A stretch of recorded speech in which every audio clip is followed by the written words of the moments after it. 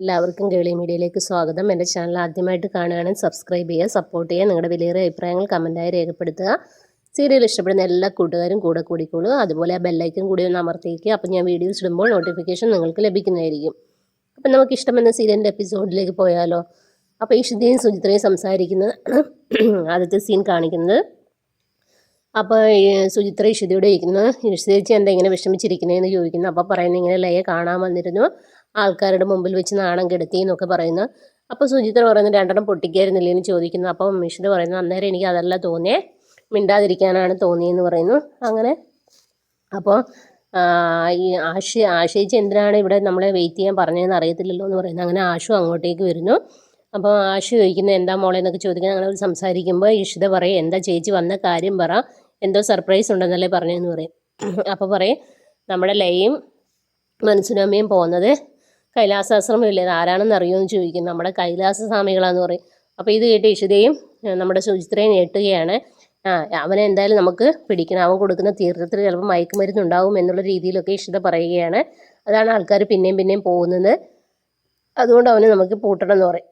പോലീസിനെ ഏൽപ്പിക്കണമെങ്കിൽ നല്ല തെളിവുകൾ വേണം, ഞാൻ എന്തായാലും ഒരു ആളെ അങ്ങോട്ടേക്ക് വിടാം, ആ തീർത്ഥം നമ്മുടെ കയ്യിൽ ലഭിക്കുകയാണെങ്കിൽ നമുക്ക് ഫോറൻസിക്കിന് കൊടുക്കാം, അങ്ങനെ അത് കണ്ടെത്താമെന്ന് പറയുന്നത്. അപ്പോൾ ആശു പറയുന്നത് എനിക്ക് സമയം എടുക്കില്ല, അതുപോലെ അപ്പോൾ നമ്മുടെ ലയയുടെ ജീവിതവും കൂടെ പോകുമെന്ന് പറയുകയാണ്.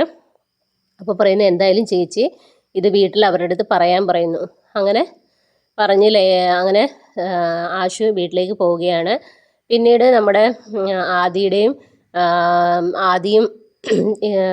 നമ്മുടെ കിരണും ഫ്രണ്ട്സായ കാര്യം നമ്മുടെ പ്രിൻസിപ്പള് നമ്മുടെ രചനയെ വിളിച്ച് കാര്യങ്ങൾ അറിയിക്കുകയാണ്.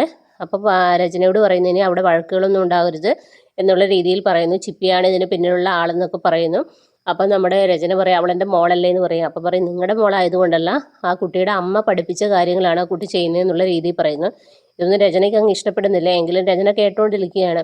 അപ്പോൾ ഇതെല്ലാം കഴിഞ്ഞ് രചന അകത്തേക്ക് വരുമ്പോൾ നമ്മുടെ ആദി ഇരുന്ന് പഠിക്കുകയാണ്. അപ്പോൾ രചന മനസ്സിൽ ചിന്തിക്കുകയാണ്, എന്തായാലും ആദിക്ക് നല്ല മാറ്റം വന്നിട്ടുണ്ട്, അവനിപ്പോൾ പഠിക്കുന്നൊക്കെ ഉണ്ടല്ലോ എന്ന് പറയും. അങ്ങനെ ആദിയോട് സംസാരിക്കുകയാണ്. അപ്പോൾ ആദിയോട് പറയും, ചിപ്പിമോളെ ഇങ്ങോട്ട് കൊണ്ടുവരണം എന്ന് പറയും. അപ്പോൾ ആദി പറയും, അത് പറ്റില്ല അമ്മേ, അവൾക്ക് അവിടെ സന്തോഷമായിട്ട് അവൾ കഴിയുന്നത്, അവൾ അമ്മയെ വിട്ട് അവൾ ഒരിക്കലും ഇങ്ങോട്ടേക്ക് വരില്ല, അതുപോലെ അതിനുവേണ്ടി ഞാൻ ശ്രമിക്കത്തുമില്ല എന്ന കാര്യം അവൻ കറക്റ്റായിട്ട് പറയുകയാണ്.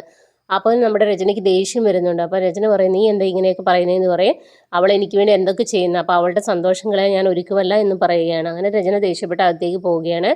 പിന്നീട് നമ്മുടെ ചിപ്പിമോൾ ഇരുന്ന് ഹോംവർക്ക് ചെയ്യുന്ന സമയത്ത് നമ്മുടെ ഇഷിത അങ്ങോട്ടേക്ക് വരുന്നു.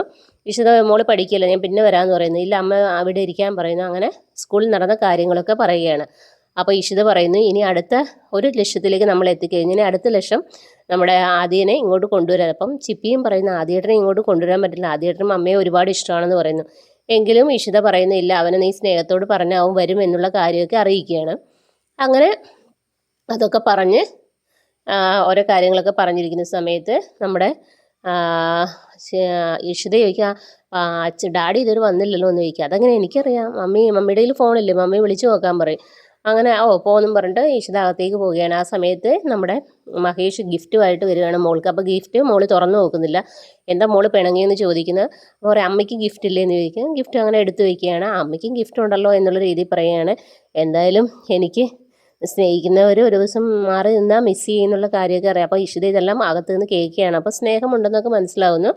ഇങ്ങനെയാണ് എപ്പിസോഡ് അവസാനിക്കുന്നത്. നാളത്തെ എപ്പിസോഡിൽ ഈ ഗിഫ്റ്റ് നമ്മുടെ ചിപ്പിമോള് കൊടുക്കുകയും അവരെ സ്നേഹത്തിലാക്കുകയൊക്കെ ചെയ്യുന്നുണ്ട്.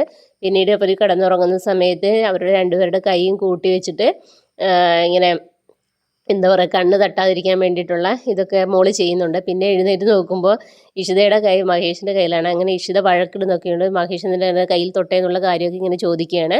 അങ്ങനെയാണ് നാളത്തെ എപ്പിസോഡിലുള്ളത്.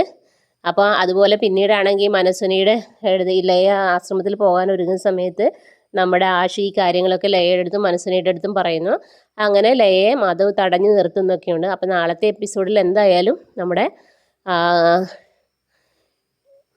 കൈലാസാശ്രമത്തിലേക്ക് പോകുന്ന സീനുകളൊക്കെ ഉണ്ടാകും. അപ്പോൾ എല്ലാവരും എപ്പിസോഡിനായി വെയിറ്റ് ചെയ്യുക. അപ്പോൾ okay, bye bye, thank you.